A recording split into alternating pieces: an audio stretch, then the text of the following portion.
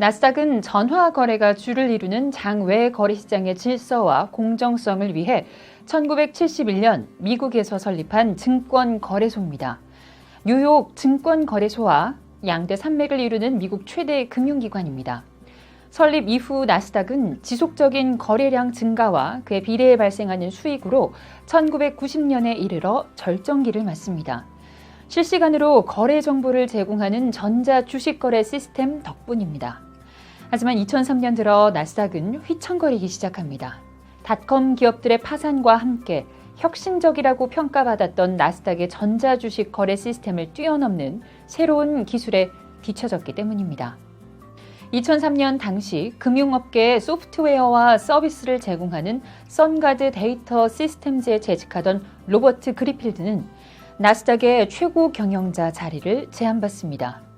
그는 나스닥 CEO로는 최초로 월스트리트의 전통적인 엘리트 세계 외부에서 영입된 케이스입니다. CEO 취임 이후 닷컴 버블 붕괴와 경제 역풍, 기술 파괴, 미국 주택시장 붕괴, 국제적 주식 폭락이 일어나는 상황에서도 그리필드 임기 중 나스닥의 시장 가치는 2000% 이상 상승합니다. 또한 애플, 마이크로소프트, 구글, 스타벅스, 아마존과 같은 고성장 기업을 상장사로 보유한 세계 최고의 증권거래소 중 하나로 성장했으며 6개 대륙에 걸쳐 거래소 분야의 선두주자가 되었습니다. 시장을 움직이는 손은 로버트 그리필드의 나스닥 CEO 경험을 바탕으로 미래의 경영자들을 위한 교훈을 담은 책입니다. 2003년부터 2017년까지 14년간 나스닥 CEO이자 회장을 역임한 그리필드가 위기에 처한 나스닥의 회장으로 부임해 세계 최고의 증권 거래소로 만드는 과정에서 깨달은 경영 철학입니다. 따라서 저자의 회고록이자 경영서입니다. 인사관리, 인수합병, 위기관리 등 오랜 시간 겪었던 다양한 일화를 제시하며 자신이 깨달은 교훈을 이야기하고 있습니다.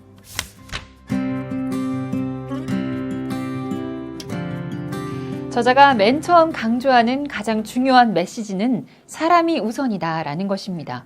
CEO 부임 전부터 저자는 누구와 일할 것인가를 고민하고 결정하고 시작합니다. 직원 복지와 같은 인간적이고 따뜻한 의미와는 다릅니다. 기업 전환기에 조직이 변화하려면 사람이 우선 바뀌어야 한다는 철학으로 새로운 그릇에는 새로운 물을 담아야 한다는 것입니다. 그래서 과감한 인사혁신이 필요하다고 이야기합니다. 가고자 하는 방향과 맞지 않는 임원 2사람을 CEO로 출근한 첫날, 직접 면담을 하여 정리했다는 일화는 경영자로서의 단면을 볼 수 있습니다. 버스에 누구를 태울 것인가 라고 묻는 그는 세계 최고 수준으로 발돋움하고 있는 회사에 있어 성공은 버스의 적임자들을 태우는 것에서부터 시작한다는 짐 콜린스의 철학을 행동으로 보여주었습니다.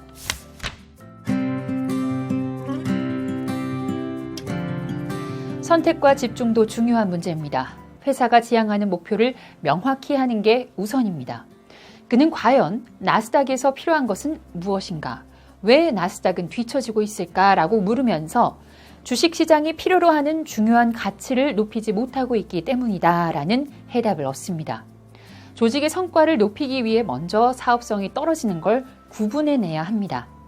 목표와 관련 없는 잔가지도 쳐내야 합니다. 다이어트처럼 구조조정도 과감하게 해야 합니다. 하지만 수치로 나타나지 않는 가치를 배제해서는 안 된다고 경고합니다. 브랜드, 상징, 역사 등 숫자로 나타나지 않는 것들도 회사의 소중한 자산이니 신중해야 한다는 의미입니다. 그리필드가 제시하는 조직의 성과를 위한 현장 문제 판단의 5가지 원칙은 다음과 같습니다. 첫째, 최대의 레버리지 효과를 얻기 위해 시간 활용에 우선순위를 두라. 끝없이 넘쳐나는 해야 할 일 중 시간 대비 소득이 높은 일을 선택하라는 말입니다. 둘째, 모든 일을 잘할 수는 없다. 경영자라면 자신이 잘하지 못하는 일과 아예 하면 안 되는 일을 구분해야 합니다. 셋째, 문제 속으로 뛰어들어라. 현실을 냉정하게 직시하고 잘 안 되는 일을 외면하려는 본능에서 벗어나야 합니다. 넷째, 경영자적 직감을 개발하라. 경영자는 의사결정자로서 결정 과정에서 도움이 되는 경험과 지식, 데이터, 조언의 균형점을 찾아야 합니다. 다섯째, 시장의 변화를 과소평가하지 마라. 단기적으로는 다른 경쟁자들에 맞서서 잘 싸우고 장기적인 승리를 위해서는 시장의 변화보다 한 발 앞서 행동해야 합니다.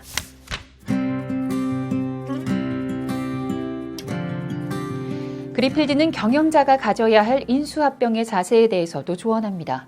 인수 대상자를 승자라 부르며 미래를 선도할 만한 승자를 인수하거나 효과적인 승자를 인수하기 위해서는 희생이 수반되고 상황 변화가 일어나도 유연하게 대처할 수 있어야 합니다.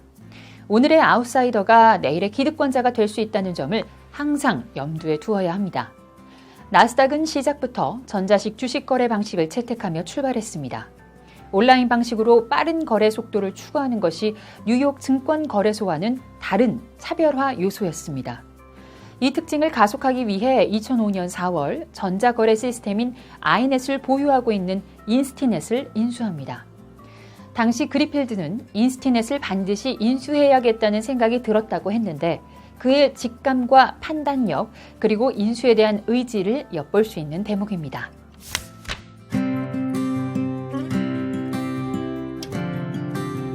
이 밖에도 고객관리, 혁신의 제도화 등 변화를 주도해온 저자의 통찰이 시장을 움직이는 손에 담겨 있습니다. 그리필드의 성공적인 경험과 경영 비법 중 핵심적인 하나를 꼽는다면 그것은 바로 겸손입니다. 그는 경청할 줄 아는 사람이었고 자신이 틀렸다는 걸 인정할 줄 알았습니다. 자만하지 않고 경쟁사의 장점을 볼 줄 알았습니다. 부하 직원의 고언을 흘려듣지도 않았습니다.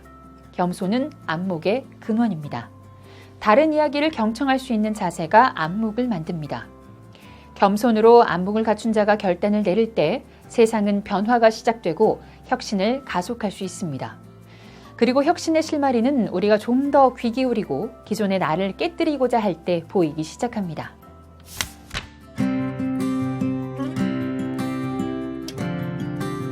시장을 움직이는 손은 나스닥이라는 기업의 전환기에 뉴스의 헤드라인을 차지했던 중대한 비즈니스, 사회, 경제 이슈를 직접 보고 겪으며 분석한 내용을 통해 날카로운 비즈니스 통찰과 값진 교훈을 전하고 있습니다.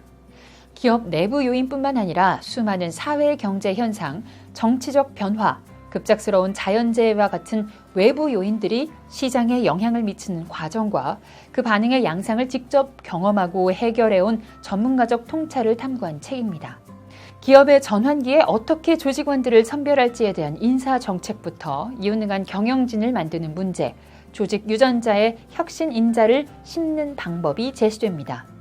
또한 대외 홍보 관계의 위기 상황에 대처하는 법과 인수 기회 평가, 그리고 전환기의 시장 추월 비결에 대한 문제도 다룹니다. 위기에서 살아남기 위한 혁신과 전략, 그리고 문제에 직면했을 때 필요한 경영자의 직감을 배울 수 있습니다.